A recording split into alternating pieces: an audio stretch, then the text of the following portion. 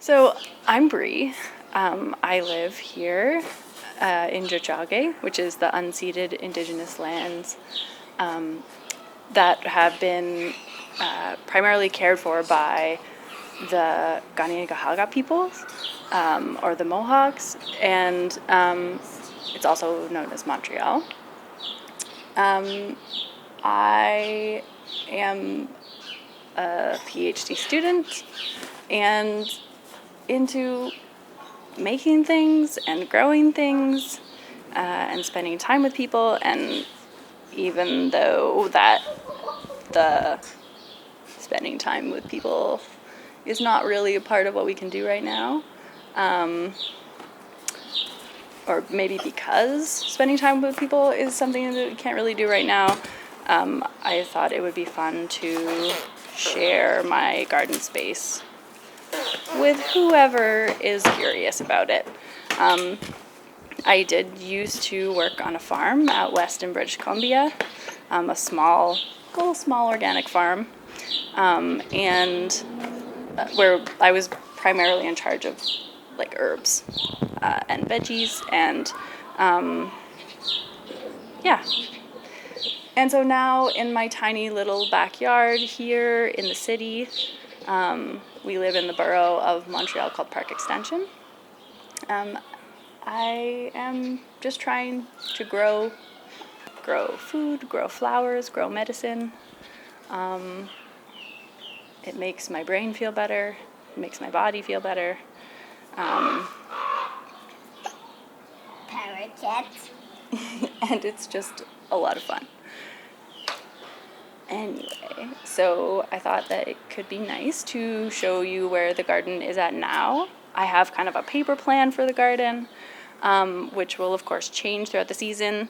I just safety pinned this stack of paper together for the kind of like day-to-day, to keep track of day-to-day changes that I make to my garden plan.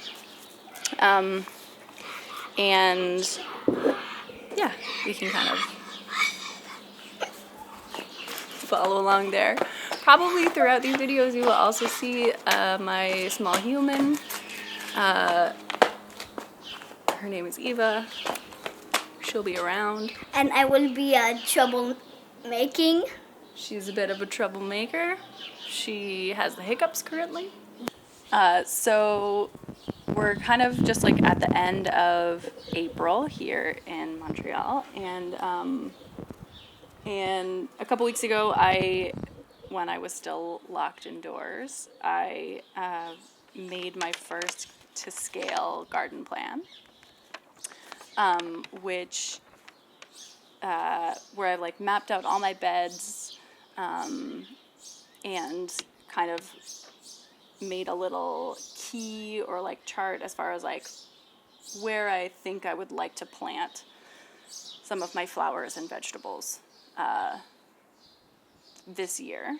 And it's good to keep in mind like what you planted in the beds last year. You don't want to plant the same things every year, because then the types of like bugs and diseases that are interested in those types of plants don't have a chance to really like take root if you are constantly changing what you're growing in those flower beds or garden beds. So right now I've had a chance to do like start some of the projects that I want to do for the year, but really this time of year is mostly about prepping the beds. I did some tree pruning a couple weeks ago because we have a Saskatoon berry tree here. I've also been tearing down a lot of grapevines, which get totally crazy and just completely overgrown through the summer. So I really like to like rip them back in the spring. And I've been using them to build a little hut for Eva to play in, which is kind of fun. Although you really need to wear gloves, you get crazy splinters if you don't. Yeah, so I just thought maybe I would take you through the garden, show you kind of the craziness of it as it stands, and we'll kind of like, yeah, talk a little bit about what my hopes are for the summer.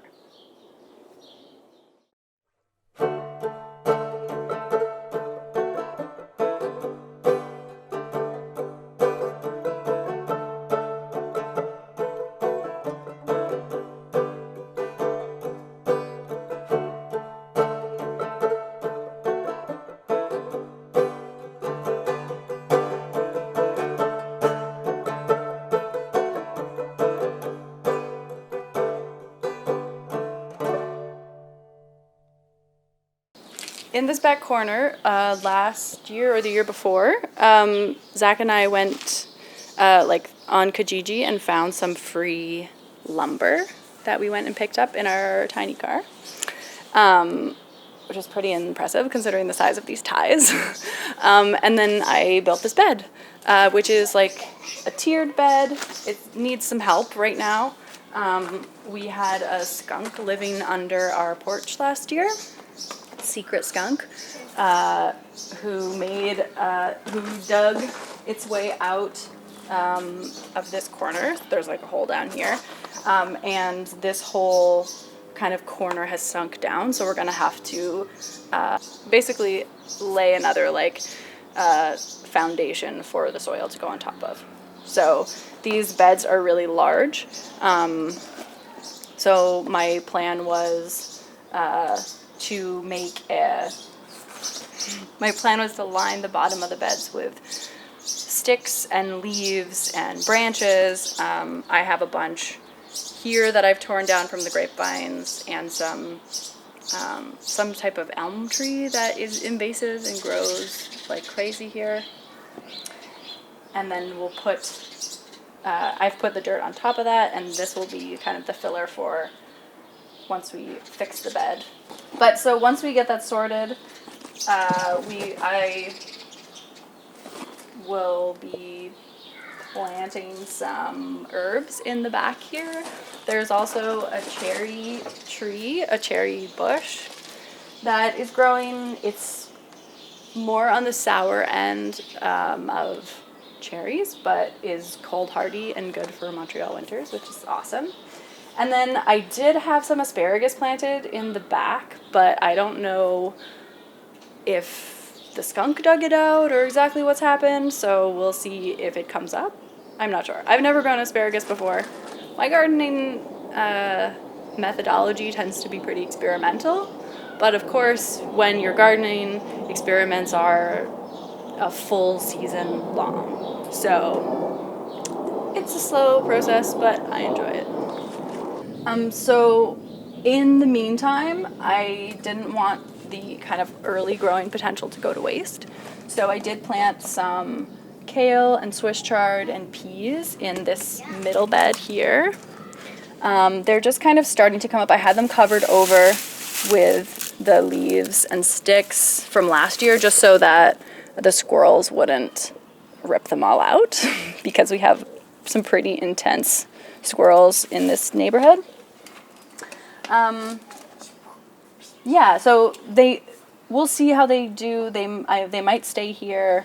I might transplant them to another bed if that makes a little more sense later on in the season. So this other little bed we have here has some chives growing in it and some horseradish from last year. And then this was lemon balm, which I have had survived the winter before, but did not survive this winter. And then I just planted some bergamot, what I think is bergamot. I harvested some seed from one of the public community gardens last summer. And I'm just kind of I've never grown it before, giving it a try. And then there's another little bed here that I'm sitting on right now that we're going to move out into the sun beside another bed. Just because I tried growing some shady stuff in here for the last year or so, and it really, really was not pleased. So we're going to move it and try another spot. So this was a bed that we built for Eva last year for her birthday, because she really likes growing lots of basil and tomatoes. And so she had that growing here, which was super fun and nice and easy because it's like close to the patio and she could just snack on them whenever she wanted. Yeah, and then we're gonna move that square bed over here and probably grow some tomatoes and basil in there. We don't want to grow the same thing this year since we had tomato and basil in here last year. We're gonna put some root veggies in this year. So probably some carrots and maybe turnips, maybe beets, we'll see. And this is the gray box. There's a couple of these around the yard that are actually my upstairs neighbors. This is their first year here, and technically the garden space is for the downstairs apartment, but I like growing things and it's nice that other people have a chance to too. So yeah, that's her box.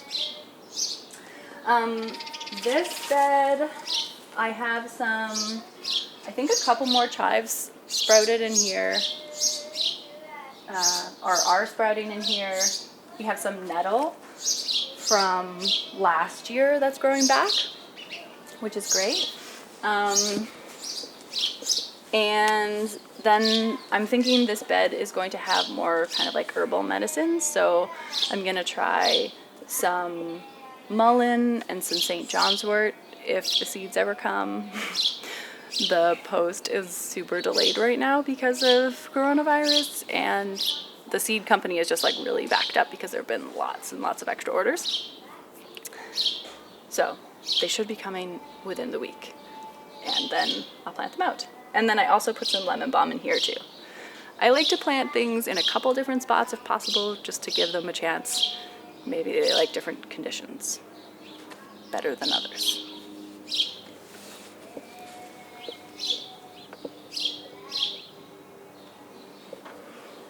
Also, the chicken wire is one of my like squirrel deterrents, which basically I just like bought a big roll of chicken wire and then cut it into strips and made it super pokey. Seems to work pretty well.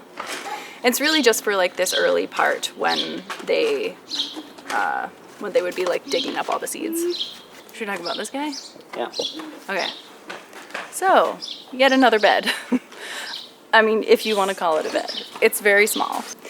It's also just something that I found on the side of the road, and then I added some sides to it. A couple years ago, I had it growing. We like hung it on the wall over there, and had just made it a strawberry planter. So I like filled it with soil, covered it with like a landscape fabric, and then we just planted strawberry plants into little like cuts in the fabric. It worked pretty well and was really fun, but it was really heavy and ended up like falling once or twice. So it's now on the ground. We're gonna find, it may stay here. We'll see what we do with it. Again, chives growing from last year. Here is the hut that I've been weaving with the discarded grapevines. So yeah, there is like an old table frame that we repurposed inside just to give it some structure, and then basically I just stick in some of like the stronger points into the ground to like set a frame, and then weave it together. I don't know. It's just like everything else. It's an experiment. This back bed doesn't have really any food. Though technically I think you can eat daylilies, which are coming up here. I also have irises, some like bearded irises over here in the back on the ground. I think these are like forget-me-nots. There's lots of violets that come up in here. Some things that I don't really know the names of, but I scavenged from friends' gardens. Yeah, We have some like alpine geraniums. There's a rose that I need to transplant because it will not be happy here. That particular plant came from some friends who used to live just across the alley. And when they moved out, there were a few plants that they gifted me. And that one just kind of like, I needed to get it in the ground. There was no other space for it. But this year it's going to find a better home. Over here we have some more irises. I believe these ones came from our house that we lived in back in BC. Before we moved, I dug up some tulips and irises because I just love them so much, and popped them in the ground here. More forget-me-nots. And then this I do plant some edibles in. Usually right now I just transplanted this garlic for the center, and then Eva and I just planted a ring of turnips and a little outside edge of cilantro. We'll see how those work, but my kind of thinking was that while the turnips will end up taking up most of the space, it's going to take them a while to grow to full size, and in the meantime, we can get lots of nice green from the cilantro.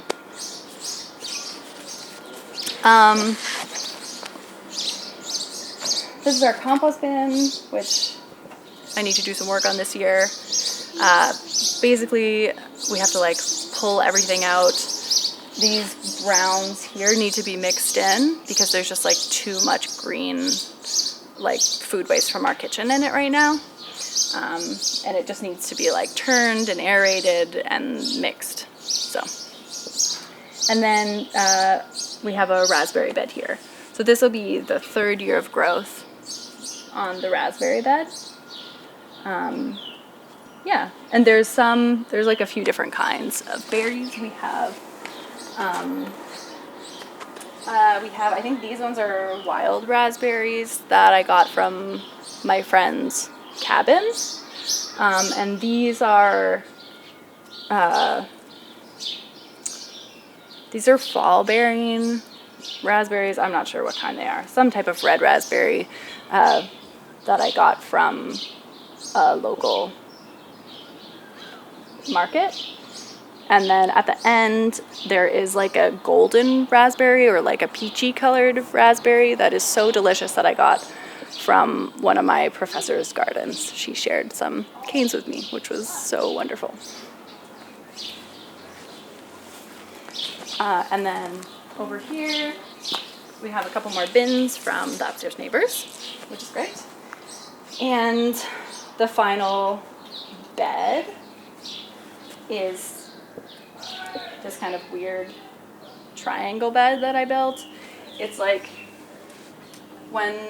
so this ground is really terrible, and it's basically just like gravel and garbage. So what I did here was my partner Zach and I dug down about 2 feet or so into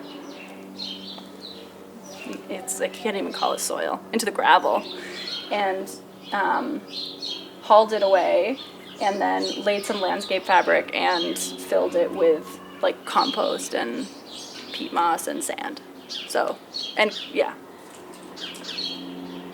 And so there's lots of stuff kind of growing in here. There's lots of perennial stuff that's coming up. I don't know if I'm going to keep this honeysuckle here. My original thought was that it would kind of grow up the staircase, but we'll see. We'll see what happens. We have these are like parsnips I forgot to pull last year. And then these wider leaves are allium. They grow into like these big, like round purple blooms. They're so beautiful. Those are actually from our house out west too. And then some garlic that's growing. And I think there's like daffodils and a couple tulips. The kind of rosy greenish stems coming up out of the ground are peonies, which are so beautiful and actually come from our friends that moved away a couple years ago, and from the house they were staying at. Yeah. So I think that's about it. I'm hoping this year to try growing maybe some like squash and corn, some like Three Sisters style in this garden, and see how that works here. And and I'm also going to build another little rectangle bed here, maybe about like yay high. Lots of plans. We'll see how it goes. So this bed here, I realized that there was one more little barrel I hadn't talked about. Is you can see the hops are starting to come up here, and we'll have to prune these back so there's just like a couple vines coming out, and then we'll train them to grow up this wire trellis and go across here, which is kind of fun. There's also some strawberries growing in the base. Back here, this is like a fig tree that's come out from the indoors, and some lemongrass. Yeah, I'm just starting to kind of transition them out. You have to give them like a little bit of time outside every day so that they harden off and get stronger and can handle like the fluctuating temperatures of the outdoors.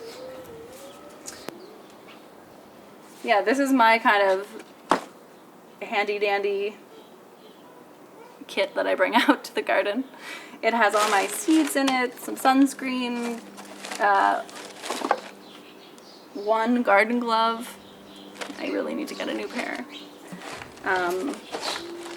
This year, for the first time, I got some Gaia Green Power Bloom fertilizer, just because I think my gardens have been they're getting lots of nitrogen and not a ton of phosphorus. And I'd heard really good things about this company, and so yeah, we're giving it a go. So thank you for coming on this garden tour. It's lovely to have you, and if you are curious about hearing or learning, how do you sign off? So thank you for coming on this garden tour. It has been a pleasure to have you. If you're curious about how the garden unfolds, if you want to see me build some beds and fix some beds and grow some interesting things, then feel free to follow along. I'm excited to go through this process together and to kind of connect with the wider world in this way. I know that not everyone has the opportunity to garden like this or in any capacity, and I feel super lucky in this time to be able to have this outlet, and even like be able to place an order at Rona and pick it up. It's a real privilege to be able to garden and grow my own food. So thanks again. I hope you have a wonderful day. Stay safe, stay healthy. If you can get some sunshine, that would be amazing.